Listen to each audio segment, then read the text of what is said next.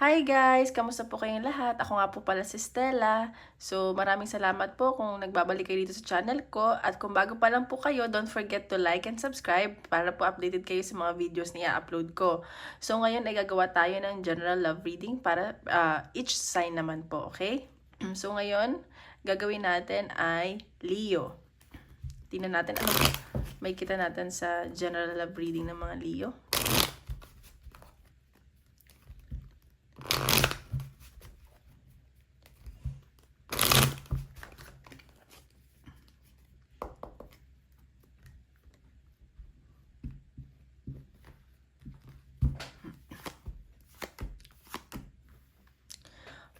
Oh. Okay. So, nakikita ko dito ang mga Leo na involved to sa third party. And may nakikita akong travel din sa inyo. And marami din nagkakagusto sa mga Leo. So, ayan. Ikaw o yung person mo nag-overthink dito sa third party na to. And marami kang admirer sa trabaho mo. Pero may karelasyon ka na. Ayan. So, maybe ikaw to o yung person mo na nasa third party. And may nakikita akong travel. And yung person mo, namimiss ka rin naman nito eh. So, tignan natin yung energy ng person mo. Okay?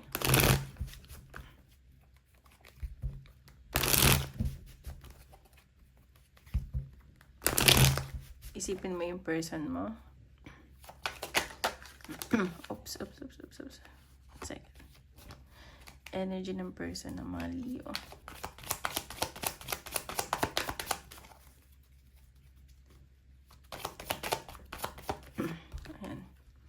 Okay, page of wands. So, nakikita ko dito itong person mo. Parang nag-e-enjoy pa siya, nag-e-explore siya, ganyan. So, may nakikita ako na parang gusto ko rin itong kausapin. So, and hindi lang din niya alam paano. May communication ako nakikita sa side ng person mo. Ayan. 10 of Cups. So, ang energy ko dito, it's either gusto ko niya maging family or may family na kayo. So, baka pag-usapan niyo tungkol sa mga anak niyo, ganyan. Or sa mga bata. Or nagfo-focus sa pamilya niya. Ganyan. Okay. So, nakikita ko dito sa energy ng person mo, medyo controlling tong person mo. Like, gusto niya siya lang yung masusunod. Parang lahat siya magdidesisyon. Kailangan siya lang. Ayan. So, may nakikita akong conflict dito pag-aaway. Tapos may nagmamatigas. May sudden change na nangyari sa connection nyo. Ay, hindi pa pala tapos. Ay, sorry.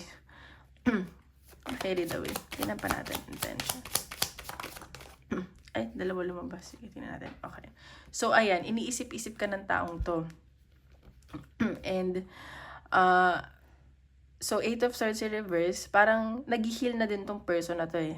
And kung dati hindi siya makawala sa connection nyo, parang ngayon, naiisip niya na free na siya, ganyan. And gusto ka nitong i-message. Sobra yung pag-iisip nito sa'yo.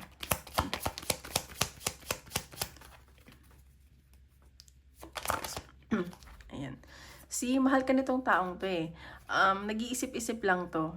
Sobra yung pagmamahal niya. So, yung person mo baka nasa malayo, baka nag-work siya sa cruise ship or baka basta malapit sa water. Ayan. So, gusto ko nitong offeran. Ayan, see, may nakikita akong communication. Gusto ko nitong kausapin. O, see, mahal nyo na may isa't isa eh. And, ayan, may nakikita akong offer. Baka offeran ka nito. Ayan. Ano ba yan? Bakit ko dinalagay dun? Baka offeran ka niyan. Nang siya na daw magsusuporta sa'yo, ganyan. Ano pa natin? Actions. See? Ayan o. Oh, mahal ka naman ng taong to eh. Nakikita niya na ikaw na yung makakatuluyan niya. And ganoon ka rin naman. Ikaw na daw si the one.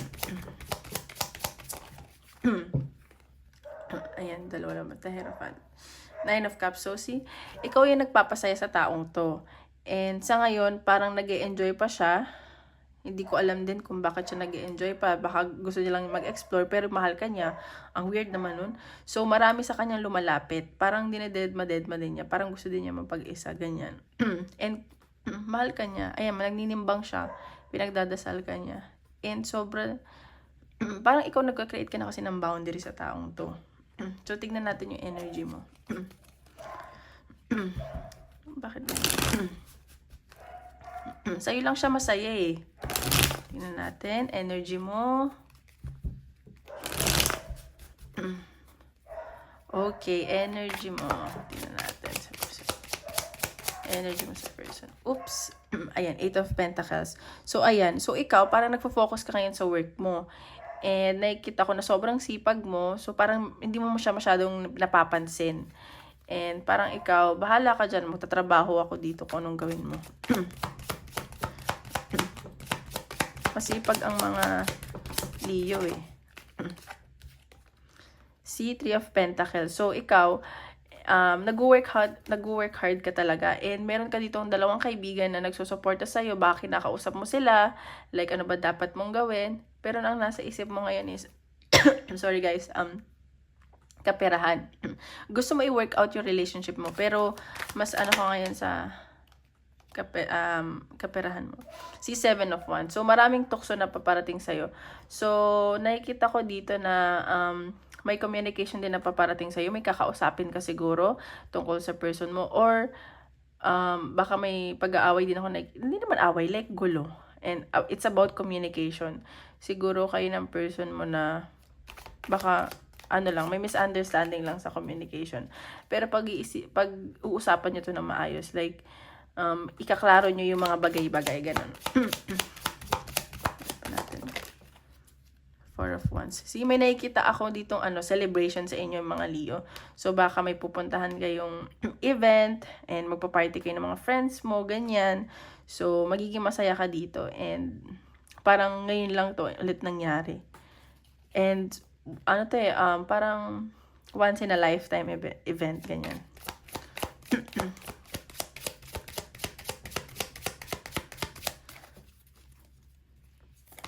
Kasi sabi mo sa person mo, pwede mo mag-enjoy muna ako, ganun. The High Priestess. So, iyan, ikaw.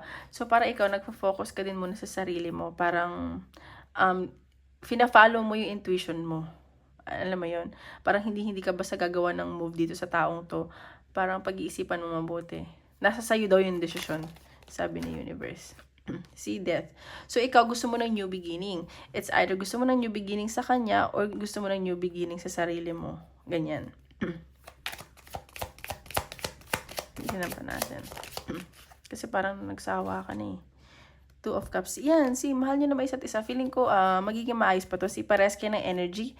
May celebration ako nakikita sa inyong dalawa. And, ayan, parang kikiligin ka ulit. Like, ooh.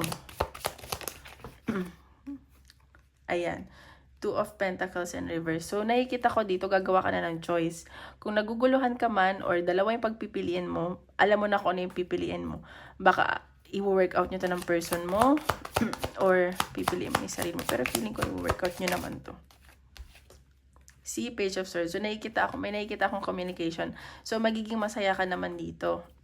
And, gagawin mo kung ano yung makakapagpasaya sa'yo. Kasi may nakikita din akong offer na paparating sa'yo. Ayan. Ayan. So, gusto ko na din, ikaw na din gusto mapangasawa ng person mo. And baka gusto ka niya ng buntisin. Ganyan. Parang tinatago mo yung kilig mo. Ayun. So, tingnan natin ano yung possible na sabihin sa'yo na, gusto sabihin sa'yo ng person mo. Kung nag-uusap man kayo, hindi. Yung hidden na gusto niya sabihin.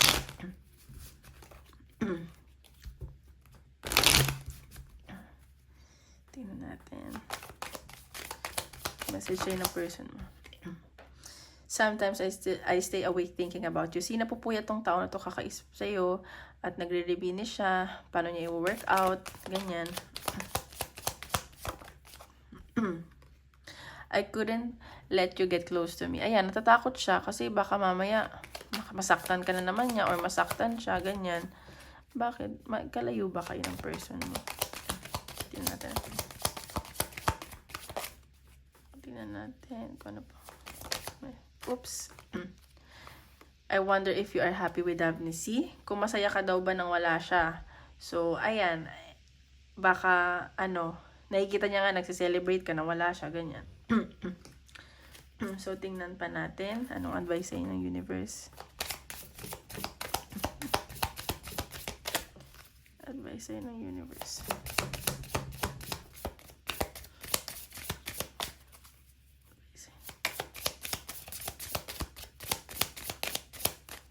Ay, lumabas Mystic Healer, healing energy flows through you. Okay, so ang pinapakita dito, kung gusto mo talagang mag-heal, ay nasa sayo yun.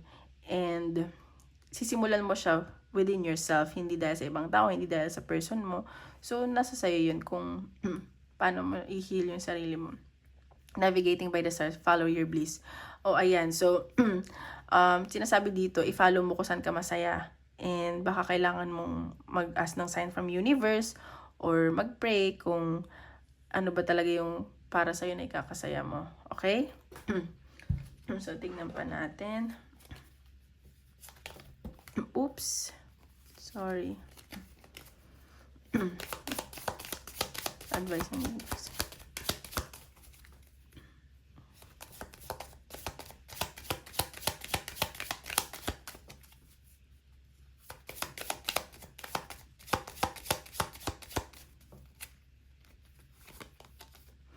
Align your intentions with your actions. So, okay. So, sinasabi dito, like, wag ka puro salita. Kung ano man yung sasabi mo, gawin mo din. Parang ganon. And, kung may gusto kang baguhin sa sarili mo, ay, yun nga, kung gusto mo mag-heal, unti-unti, one step at a time, wag ka magmadali. Kasi darating ka din dun. Okay? Kasi magiging okay ka din. Sorry, guys. So, tingnan natin. Ano pang advice sa'yo?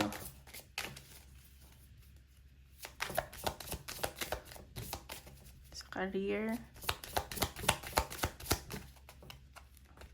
ng mga Leo. Okay, gold. You don't need someone else to fix you. Okay, sa career nakikita ko dito, parang nahihirapan ka siguro sa work mo. Parang feeling mo hindi ka enough. So, sinasabi dito, hindi totoo yan na parang kung broken ka ngayon or nahihirapan ka sa work, ikaw lang ang makakatulong sa sarili mo dyan, okay? And, huwag kang mag-alala kasi parang magiging maayos din yung lahat dyan sa work mo. Storm, every hurricane comes to an end. So, huwag kang mag-alala kasi kung nahihirapan ka man, may paparating na positive outcome. At saka huwag kang makikinig sa mga, sabi-sabi, mga negative things dyan sa work mo. Ganyan, kasi baka maapektuhan ka. Ano pa natin?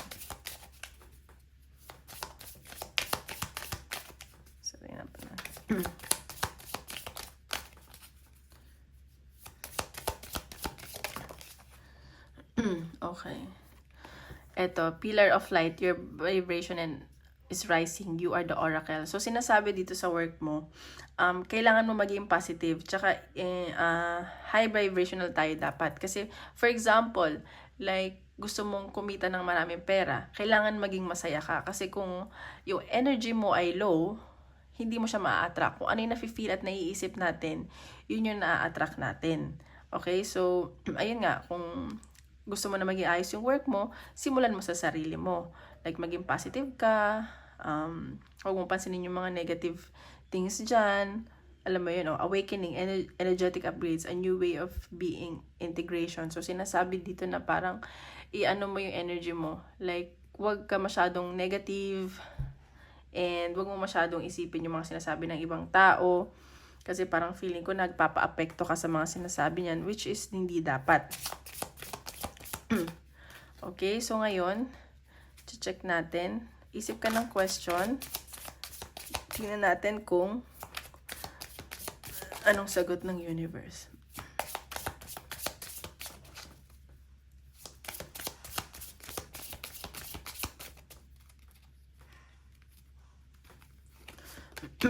Okay, trust. O see, kung ano man yung tinatanong mo ngayon, maniwala ka lang daw at mangyayari yan. Pero wag ka masyadong, kasi di ba, the more na iniisip natin isang bagay, the more na hindi siya nangyayari. So, just let go. Ganun yung pagmamanifest. Like, isipin mo na nangyari na, maniwala ka lang na, kunwari, bibigay sa'yo, tapos i-let go mo na. Kasi doon palang mangyayari yung prayers mo or manifestation mo. Okay? So, ganun lang, guys. So, ayun lang po. Maraming salamat po sa ating mga Leo. Tomorrow po ulit. Bye-bye!